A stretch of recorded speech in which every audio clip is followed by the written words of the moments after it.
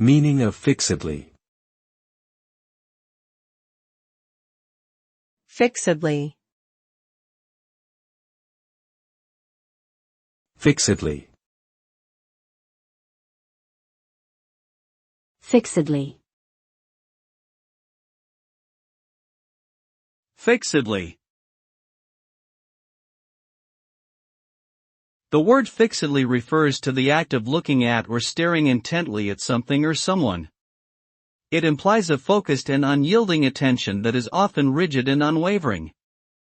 When someone looks fixedly at another person, it can convey a sense of scrutiny, suspicion, or even hostility. However, it can also express admiration, fascination, or deep concentration. The use of the word fixedly suggests an intense, deliberate, and almost unbreakable gaze, which can create a powerful impression on the person being observed.